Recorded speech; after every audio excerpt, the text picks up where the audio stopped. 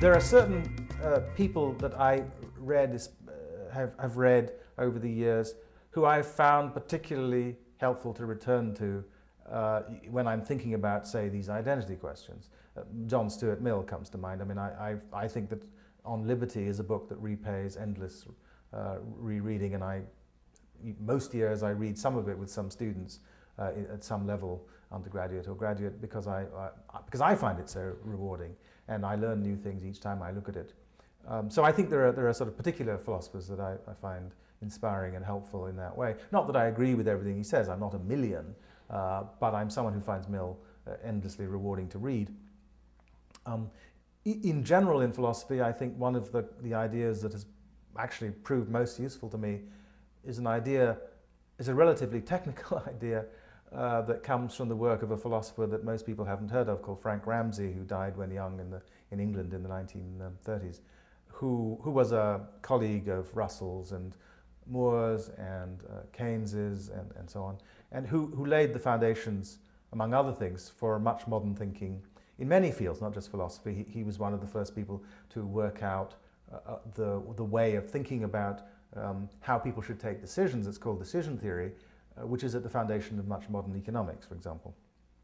I think very often it's helpful, rather than, as it were, trying to say what it is for a concept to apply in a direct way.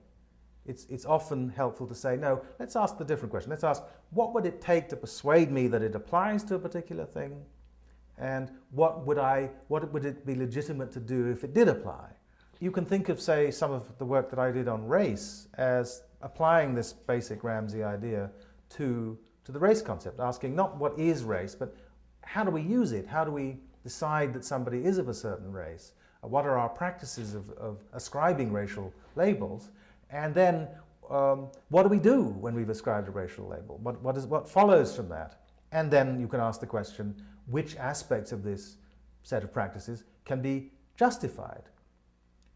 If our practices of ascription presuppose false biology, then they can't be justified. If our ways of treating people on the basis of race are inconsistent with fundamental moral principles, then those ways of treating people can't be justified. And so we must revise and reform the concept, both to make it intellectually sound, to make it consistent with what our best understanding is of reality, and also to make it morally or normatively sound, so that we can make it consistent with our best understanding of morality and of what it is to lead a good and responsible life. I don't like characterizing philosophers in terms of their ancestry, their affiliation within philosophy, but if I had to, if you put a gun to my head and said you have to do that, I'd say I'm a Ramseyan and I'm a Millian. Those are the two philosophers who I think have had the most influence on me.